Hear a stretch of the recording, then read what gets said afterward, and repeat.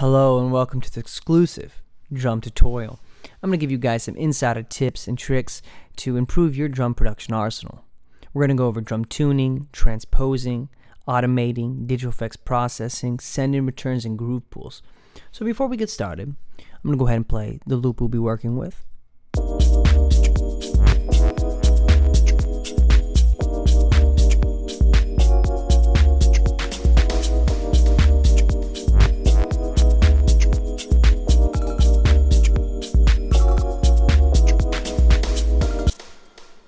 Okay, so first thing, we're going to go to the backbone of drums. I created a drum rack here, and I brought in samples I like.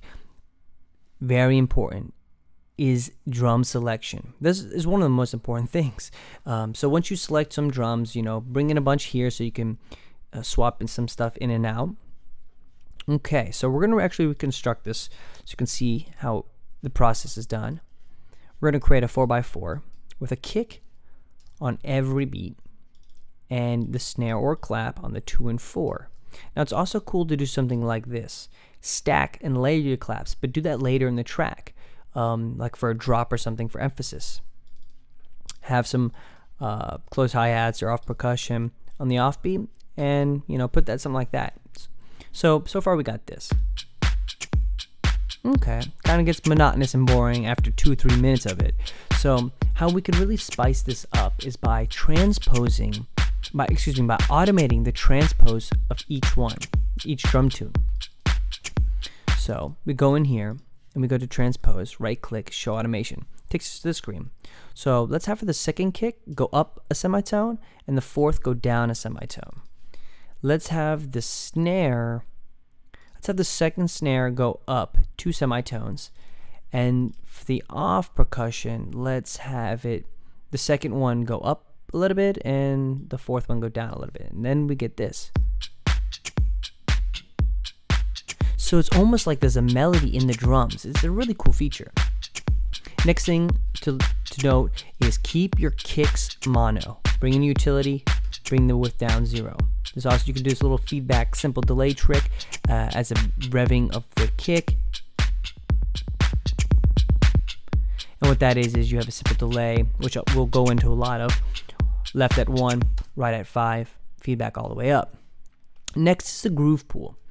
Now, we click on our MIDI sample, our MIDI sequence, and we go over here to the hot swap button in the groove section. It takes us straight to the swing and groove. Let's go to the swing section and go ahead and play it. And now I'm going to select one of these. Now all of a sudden you can hear the groove of the drum sequence change. Find one that you like, and then once you find one that you like, you hit commit, and you can see how the MIDI notes, they change. So it's great to have like 5 of these, so throughout the track you can A and B them or bring in some at certain points. Also, another cool feature for drums is the beat repeat, and what that does is it grabs a section of the beat and repeats it, and you can do it in a variety of intervals and the gates and pitching and decays and all that. Next we're going to go into the off hi-hat. There's another one that I've stacked 4 together, and what this does is just create a little bit more depth and density.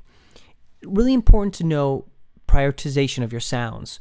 What sound do you want to kind of highlight in your mix? Because you can't have everything fighting for room and fighting for attention. You need to have your sounds prioritized,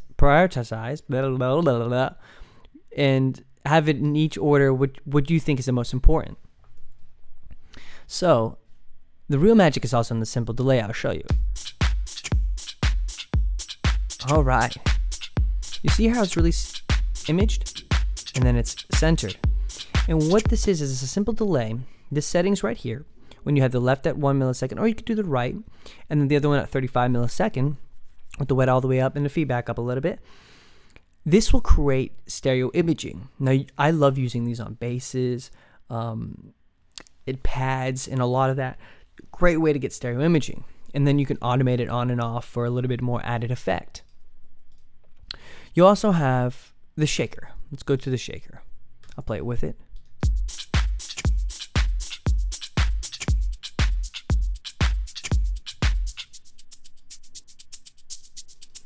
Now the magic in the shaker is also the simple delay. I'll turn it off. So you can hear it's really simple. It's kind of mundane. You know, you can just type this in. You can play it on your keyboard or play it on your beat pad. And then to give it movement, add the simple delay. Left at 1, right at 3. Now you could switch this. You could go like that. Whatever works for your groove. Have the dry and up at 34% and then feedback at 22%. And also automate this throughout. So if I were to go like this, you'll see the dry and wet. Yeah, it's really nice. It adds a great kind of movement. And you can really kind of change the groove of the sample, or the drum sequence, or the shaker sequence. Okay, wonderful. Next, I'm going to show you an auto pan feature that I used on the Zeal. Here we go. I have the auto pan feature on sync. Now you can take it free. Okay, but I like it synced. This way you can have it perfectly timed that it bounces from your left ear to your right. Now if you have the shape all the way up, it shoots across the ear. And if you have it the shape down, it glides across the ear. Once again, more movement the better. Next I'm going to show you this little cowbell trick that I created. So the cowbell normal, I'm going to play this on my keyboard real quick. Just a really simple cowbell, right? And you have the loop, so if I just hold it down, turn on the loop, okay, all right. And what we can do is turn on the LFO, go to this one right here, the squiggle line, at 0.85 hertz, have the spread up a little bit, and then now watch when I play. What? It's like, really, that's really cool. And what it does is it cuts up the sample and kind of stereo images it, which is a great effect. And the wonderful thing about it is you can put any sample that you want here. Get creative with it, experiment, and see what you like. Next, I'm going to go to the kick line, like a bass line, but what I use the bass line with, a kick instead. The same sample pack that I used for the kick and the core kick, and that is the Sunny Lax kick. These kicks are amazing. They're deep, they're clean, they're perfect. They have a dirty one. I mean, they're superb. And I brought it into a sampler and I played this little melody on the keyboard, and I had a saturator to give it a little bit of dirtness. And I'll play that for you.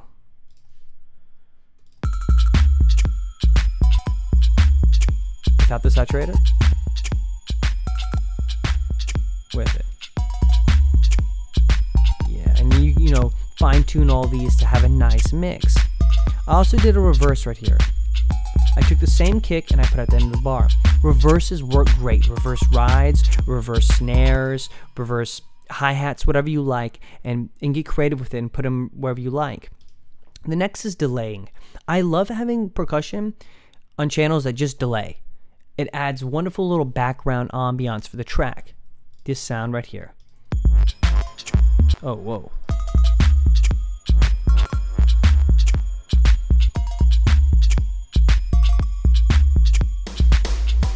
Okay. Yeah.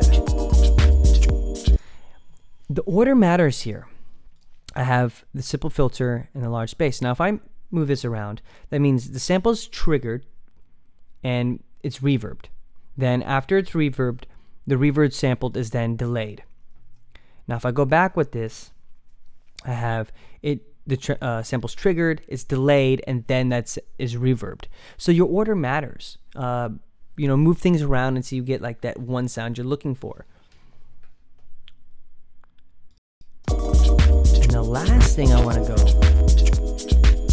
talk about is send and return. So right click here and create a return channel. And here you put your different digital effects processing. I already created one here with a filter delay and then a simple delay and then auto filter cutting everything below 117. And what I like to do is I like to send things to these return channels. On some songs, I have 5 of these, with some being reverbs, and you could automate the reverb, which sounds great, or you could have different kind of delays at different kind of beats and stuff like that. And you can send things through that to create more movement. And I'll show you it in action with the drum backbone channel.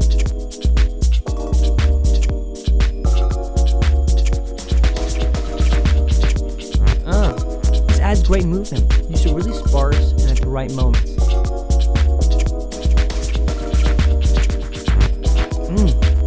Perfect.